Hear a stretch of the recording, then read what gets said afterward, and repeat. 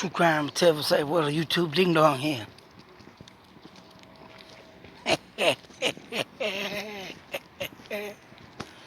Today we're going over a case that someone gave me. Wouldn't you know, it's not probably a, I don't know, maybe say so from mapping it out. It looks like it's maybe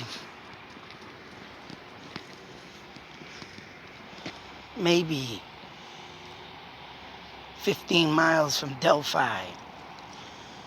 And once again, we're looking at a case that is 4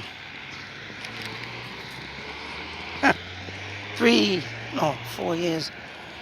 It actually happened a year before the Delphi murders. But still, there's no cause to the fire. Now, I'm not accusing nobody yet. And, but what disturbs me the most is I want to say the mother made it out, but the kids didn't. I ain't got nothing against the mother yet. Nothing. I don't want anybody putting no content in my mouth or telling me I said something about the mother bad, which I ain't and I'm not going to, but due to the fact that I read that, the only survivor. I mean, at first, yeah, I was thinking, ooh, what do we got here? Someone like BG spicing it up a little. But, I don't know, man. It's a weird, bizarre case. This is like the case of, now I have to go over it. And I wasn't really going to go over it, but now I'm going to, and there was a bunch of children in a fire, mind you, that only half made it out and half survived. And you know, there's some circumstances of, I don't know, something about the government and, damn you, Ted. And getting them, getting involved, something crazy like that. But whatever the case may be, and whatever the case may be for this, yeah, it's just strange when kids wind up dead. But what even really gets me is, of course, here we go, the investigators. Not releasing any details, not releasing, and this is what I say when, sometimes maybe it is good to release some info. But in this case, I think it is good to leave it in the door shut. Because for one, supposedly the fire marshal or the investigator that's experienced with this stuff said, and I quote this, getting interviewed by the Zeppelin, a girl named Mrs. Zeppelin, I believe. I'm saying, yeah, that's Zeppelin. Zeppelin. Where I thought the fire started is where it started. And she asked, and that is where. Virgon, I can't really say right now because, and I'll tell you why. If we get to a point in the investigation that they make an arrest, the only people that should know where the fire started is the person who said it and the investigators. So, I mean, in ways, that's probably good that they don't say nothing. Because, right, there's only one person that could have started that fire. And if there was, you know, say so, a accomplice, yeah, that would make two people in the investigators. That makes sense to hold back evidence. But in other cases, it's not good. So whoever started this fire, supposedly, you know, has to live with that guilt. And supposedly, yeah, if they make an arrest, it's like, but the way they do things is very bizarre out there in Indiana. I mean, that happened when I read this article 3 years before, and I believe now it's coming up on the 5th anniversary. And still, I looked through a bunch of articles last night, or the other night, or whenever I got this, and noticed that there was no updates besides all this stuff. And it is disturbing. I mean, the house, I guess, still stands, and it was right. Now, if this was a fire that got started by, say, so electric wiring or old wiring or something that was not intentional, this whole house probably would have burned down.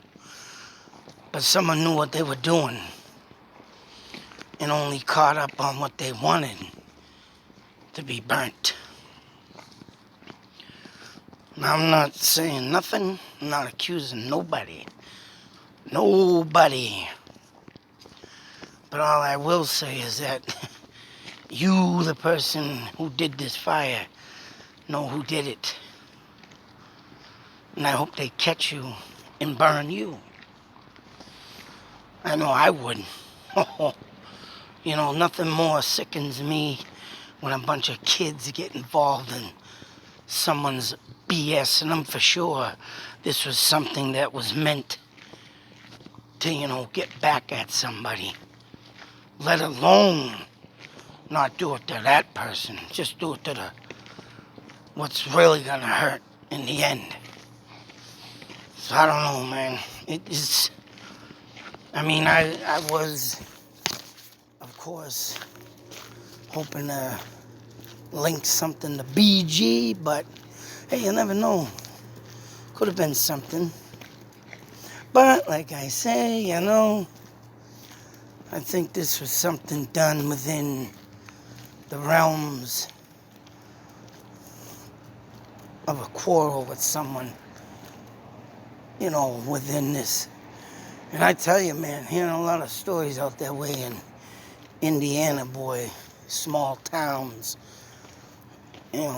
bunch of stories. When you hear this stuff happening like this, yeah, you hear it all the time. Oh, especially in this small town, what the hell? But you can't disclose nothing. You can't sit there and say, this we can't have this. This never happened. It's always gonna happen. Something will happen one day. It ain't gonna be right away, of course, but there's always gonna be that one sick individual that is sitting too long in a small town, getting bored of what they do. Believe me, don't get me wrong, man. It's only known that only one can sit so long before they had it and they want to go do something adventurous. But of course, killing is not the way you should be handling your boredism. Or if you're involved with somebody, you shouldn't be involving other people. You should be able to take that rap upon yourself and have the consequences set to you. But that ain't how the world works, this sick, pathetic world that we live in.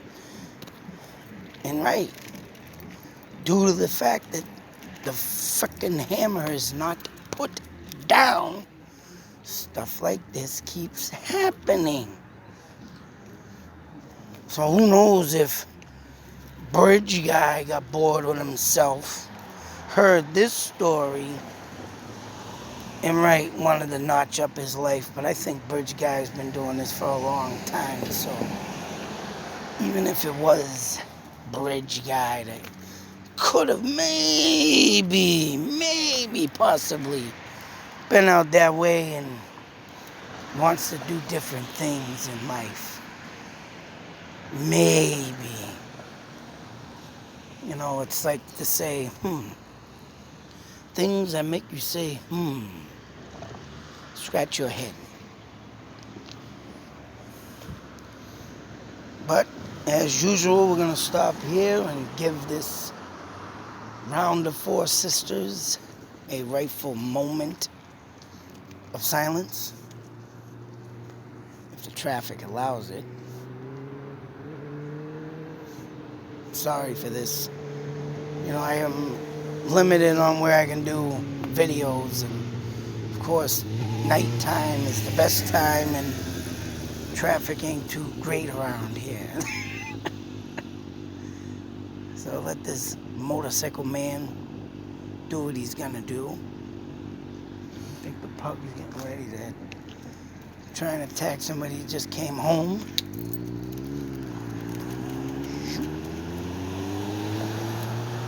And now I could say, let's give that moment of silence.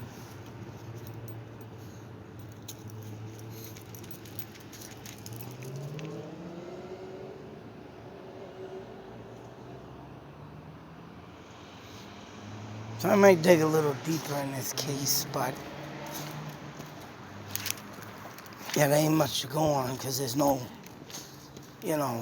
photos or like the Delphi murders, something to verify interest of, pointing the finger this direction, that direction. It's just one person, 4 kids.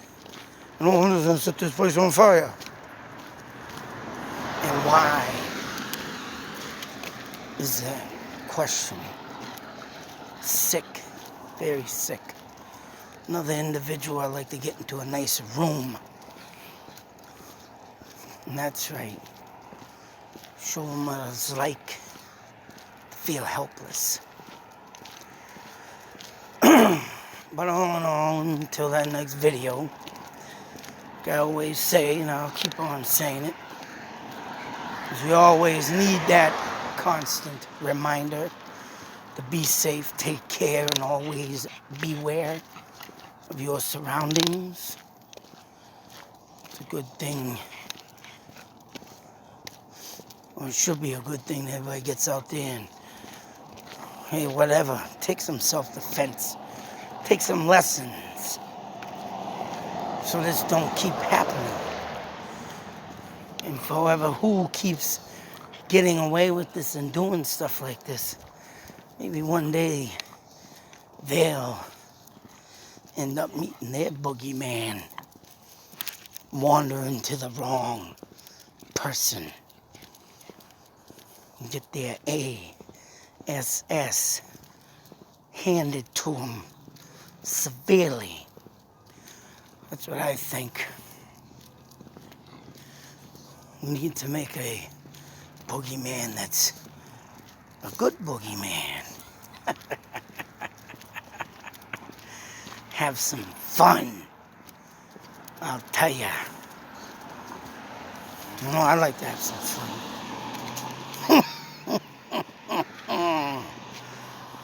But until that next video, everybody, on a better note, keep your heads up. Hopefully everybody's battling this coronavirus BS to the fullest, so we can get out of this frickin' mess. Out.